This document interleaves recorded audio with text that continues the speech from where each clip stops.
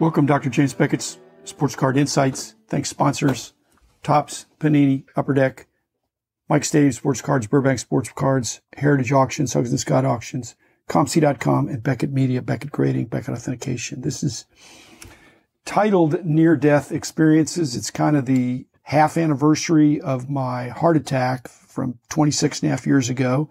And it's actually my mom's half birthday. And the reason I'm aware of that, I think, I don't just keep that on my calendar, but we were having a family dinner last week with my mom and dad. And, they're 97 and a half now. And almost all my siblings were there. We had a great family time. Diane was there. And it was just a lovely dinner. But I was just remarking, I'm really the only one in my family that's had a near-death experience. But I'm not really thinking about that today as much as my parents are near death, but not in an imminent sense. They're still hanging in there, but they've really slowed down. And I'm just trying to relate this to what it's going to be like for me when I'm maybe their age. I don't know. No one knows how long they have, but whether there would be a slow decline or a rapid decline. Several of my good friends in the hobby passed away, as you know, from the tributes. Some of those, there's some forewarning, and sometimes they're not. Let's just assume that you're moving along here and we're all getting closer to death because we're all going to die. But we're not imminent. It's not tomorrow, probably. Could be. It's probably not next year. Might not even be next decade. But for me, it's somehow going to come. And when I look at my parents, I'm seeing if they were collectors, what would be their situation? And I do know some collectors, especially when I see them once a year, people that are my age, when I see them from one year to the next at the National, sometimes they've had some level of decline. And I'm not just saying their hair's turning gray or falling out, but you can see that they've either had a tough year or some things have caught up with them. Not everybody in the hobby takes care of themselves equally well. I surely didn't in some of those earlier years. One of my very close friends was my life insurance agent, and we would talk about this stuff. Unfortunately, he has passed away a couple of years ago, and yet his dad, who brought him into the business, is just turned 104. So there's no assurances of how long any of us live. Like I said, my mom and dad are hanging in there, but they're really slowing down. If they were collectors, they would really have trouble. Just on a mobility sense, dad is not moving very fast. My father-in-law also be 96. He's moving around pretty well, but he's got a rotator cuff problem. Both my dad and my father-in-law were in the service in the Korean War. And so he's got a rotator cuff problem where they're not going to do surgery on a 96-year-old. So he has some limitations that he otherwise wouldn't have because he's really strong. And my dad was too, but they're slowing down. So when I'm carrying monster boxes or super monster boxes in, put them in when I'm watching something on TV that I can watch and do cards at the same time. The super monster boxes, when they're full, they weigh 20 pounds. So you drop down to a regular monster box of 3,200, four rows. Maybe that's 15 pounds. Triple shoes are 12 pounds. Double shoes, let's say it's 10 pounds. Well, my dad can probably carry in the 10 pounds, but he's just moving really slow. Is that going to be me? Is that going to be some of us? Again, it's nice to live long, but you want quality of life too. And then I go to my mom and I think, well, she's moving pretty well, but she can't see very well. Now that would really be tough for me.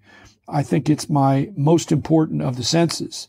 Again, as I'm doing a family episode here, my wife had some kind of a coronavirus perhaps a few weeks ago and temporarily kind of lost her smell and taste. And we had kids that had that too. I didn't have that, but it's frequently that some of these viruses, you lose your sense of smell and your sense of taste for a while. That's not a big problem for me in the hobby. The sense of touch, I'm not really smelling the cards, although Derek Grady apparently can smell them to make sure they're authentic and other premier graders.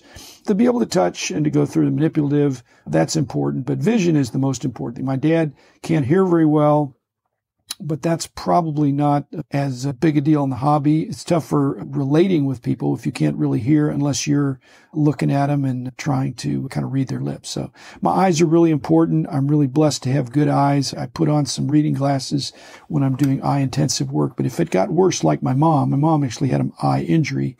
So it's not congenital, I don't think, but she really can't see very well. On the mental side, so that sensory mobility, on the mental side, I don't think I'm declining at this point, but as Diane says, you don't always know. I mean, it's a gradual. Then sometimes it gets to a point where you're not realizing, and I'm not just talking about forgetting. Cognitive decline is one way to put it, that you're just not you're a little bit foggy in your thinking or your endurance, not able to hang in there for that long. When I'm at a card show, I'm locked in. But if I ran out of gas, if I had to take a break every hour, it wouldn't be as much fun for me. Maybe I should for therapeutic reasons, but I love to just camp out and visit with somebody if they're sitting next to me and look at the cards. That's a lot of fun, but I don't think I'll be able to do that forever. That's the way I hobby right now, and it may not be the way I can hobby in the future. I'm able to process cards really fast. I don't know that I'll be able to do that in 5 or 10 years. I hope I can because that's the way I enjoy it now, but perhaps I'll have to learn a new way. I can't say when I was younger because I still think I'm pretty young in my heart, in my repaired heart. I used to bring in the monster boxes 2 at a time, but now I don't. I just bring in one. When I'm done, I take it out and all that stuff. I'm now a little bit more sensitive. I don't know that I'm talking only today to, well, everybody gets older. And when you get older, hydration, I think, is more important. Eating regularly is more important. Sleeping regularly is more important. And all those things can be more difficult when you're older, but they're more important. They're still important. And so for me, I can't ignore that. I can't do some of the things I did back in the day when I was burning my candle at both ends. Getting back to how do you prepare for this decline that could be in your 50s, 60s, 70s, 80s, whatever. I'm not saying what the year is, but at some point, people have some decline. I'm trying to anticipate that there will be some decline at some point, which is prudent, I think. And that's one of the reasons I've more aggressively moved forward, especially this 2023 year, in terms of my 1% a month of selling my stuff. Now, I'm not selling the best. Jeremy Allen was over here last week, and he said, well, hey, it doesn't look like there's 1% missing. I said, well, 1% is not perceptible. It's actually 3% because we're 3 months into the year, and I probably have sold 4 or 5%, but there's still 95 or 96% still left. But I'm making progress. I'm on track. And my point is, I didn't realize that what I'm doing is I'm making my hobby experience more manageable as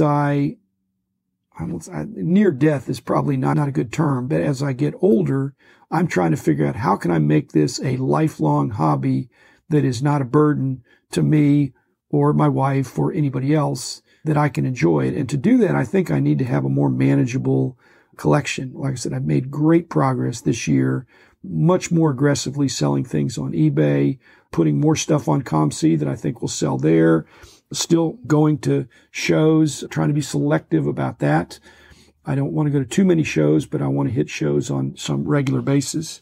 So my question to y'all is, I've done these mortality episodes, and John Newman's had his take, and we've batted that around, but not just dying, as you're declining, how will you be able to hobby? If you're older or you have some kind of a health problem, and you could be young and have a health problem, and you can't see very well, or you can't hear very well, or you can't move very well, or you can't think very well over some period of time. It's tough to make deals on the fly and to make quick decisions.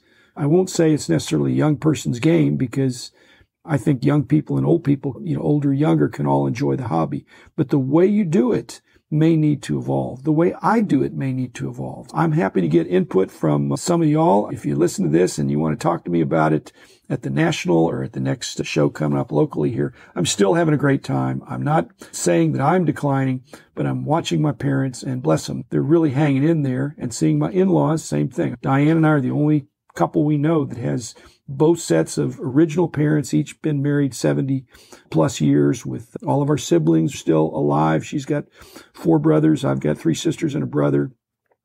So we're very blessed, but no one lives forever. I want to enjoy my retirement years, and with my 1% rule, which I am on track now, as long as I'm able to carry some boxes in and out, and able to have the vision to, actually I have to have some special vision, not stereoscopic. It's to be able to have one eye on the TV and one eye on the cards.